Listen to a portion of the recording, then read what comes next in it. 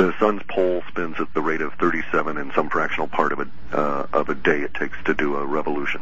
Yes. But the equator of the sun, because of the tug of all the planets in centrifugal force, is spinning faster. Mm-hmm. So it only takes 25 days to go around, where the poles take 37 days to go around. Mm-hmm. And thus, every 87 days or something, we have an extra loop that's created by the equator actually outpacing the sun's poles. Yes. This causes a torsioning or tensioning on the magnetic forces and starts to pull them around towards the poles.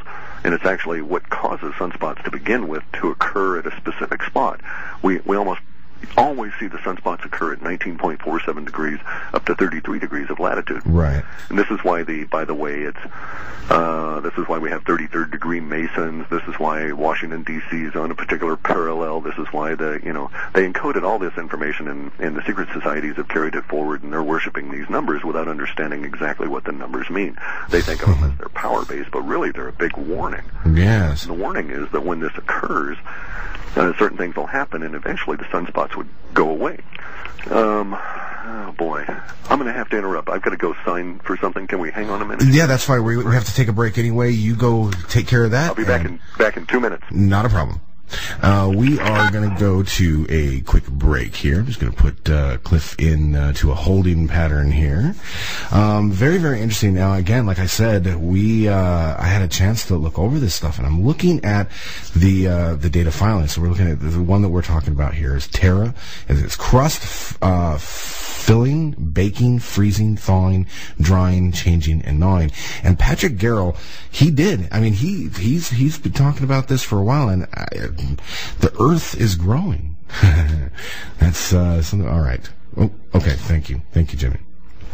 Jimmy's pointing at me there. All right. Yeah, that's fine. We'll just jump into a break early. Well, let's quickly finish with the sunspot stuff, and then Okay. I wanted to ask you a question, actually. Okay. The sunspot stuff is predictable, and can be calculated down to the second if you know all of the math. Mm-hmm. And so if the sunspot theory and the cataclysm association to the giant sunspot cycle theory is correct, we should be able to say, okay, what are the precursors?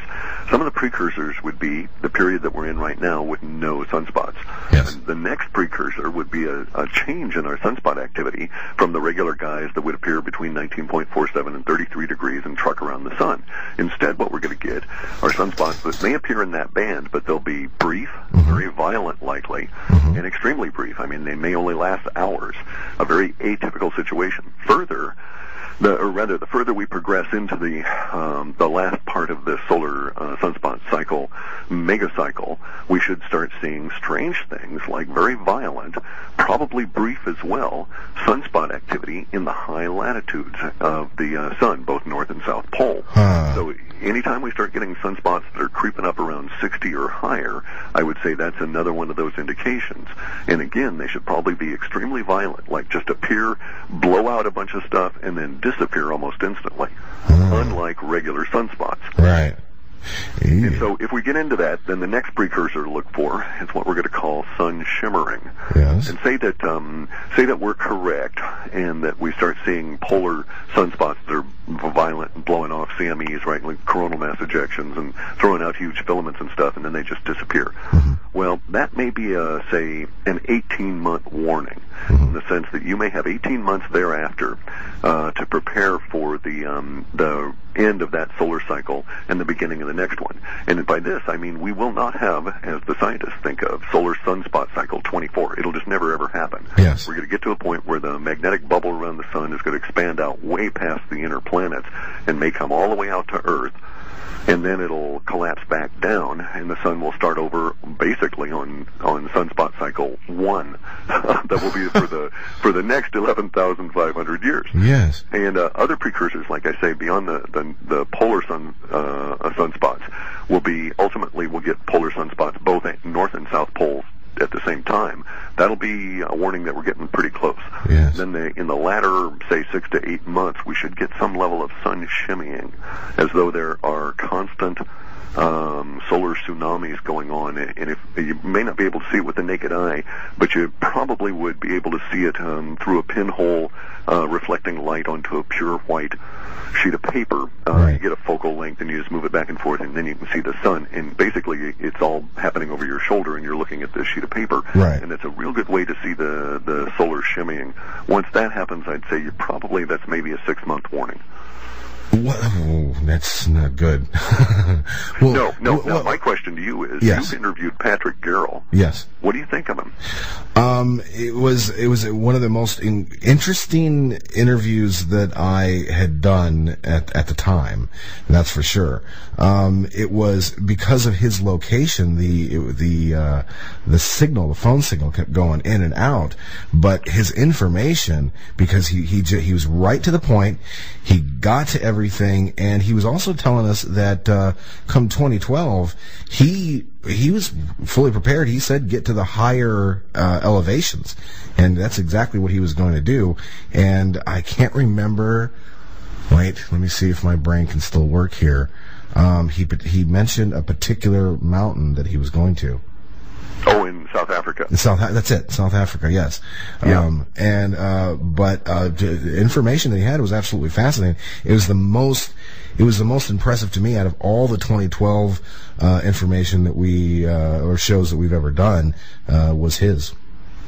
And I agree as well. I find the guy to be incredibly credible, so to speak. I mean, yes. Hard to use the juxtaposition of those two, but I find him very credible. Mm-hmm. His the fact that he is not schooled and doesn't have degrees in no way alters my opinion of him. Yes. In fact, actually probably gives him more credibility, because in my opinion, I have no degrees myself. I've never been able to stand schooling, but I'm highly educated, right. as is Garrell. Yes. And in fact, let's note that the way you used to be able to get a degree was described by the British as you would read for your PhD, right. or I read for this degree.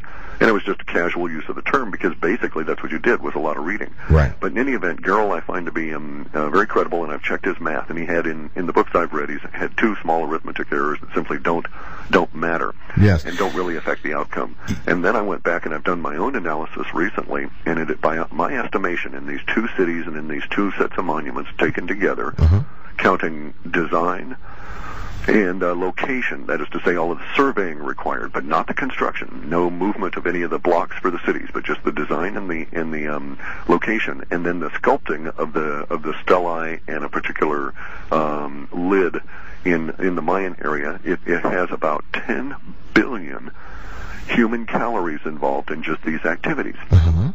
Over the course of, in the case of the city, over the course of probably 60 to 80 years. So I'm thinking to myself, these people put 10 billion calories, human calories, out there, chiseling stone and measuring and all of this kind of stuff over the course of 60 years in an attempt to encode information such that we would understand it now. Yes. And it was really the only way you can do it. We couldn't write down, for instance, on a big sheet of metal or even in concrete, hey, y'all, watch out for the next sunspot cycle due in 11,500 years from this day, and here's what the stars look like on this day. Yes. It just wouldn't go, because who knows if they're going to speak English 11,000 years from now. Indeed. So if you wanted to send that message, you'd do it in math, and that's what the Mayans have done, the Egyptians, the Hindus, right. the old Taoists, everybody you look at, all these old ancient civilizations. That's right. billions of calories. And so I was thinking about it. The commensurate level of activity, if our society decided they were going to do this, and we were going to send this message, a commensurate level activity would be as if every town of 30,000 residents or higher were to create a full-size replica of the Notre Dame Cathedral.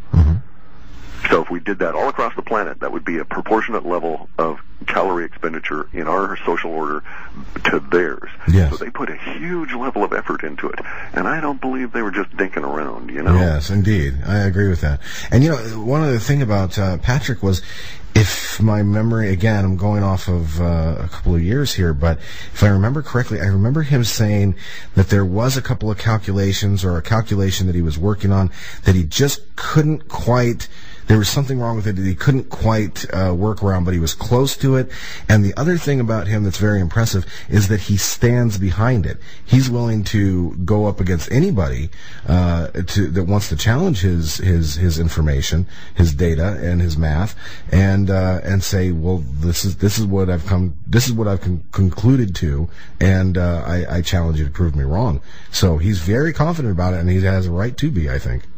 I think so as well. I spent about 31 days, probably 3 hours to 5 hours a day, poring over the math, redoing it, cross-checking it with Maurice Control's books, which I agree with Patrick. Maurice he's great. He located the sunspot encoding in some of these monuments in the Mayans, and he only went so far, though. Once he ran into certain things, he was sort of like blinded by his religious viewpoint and didn't take it to the next logical step, as Patrick did. Mm-hmm. And I agree with Patrick. I think he's quite accurate. So we'll see, though. Over this next year, we should see enough signs as to make it rather clear to those who are paying attention that they have very little time to relocate or take whatever measures they can. Yes. Now, it's curious because, he wants to go and find a mountain somewhere.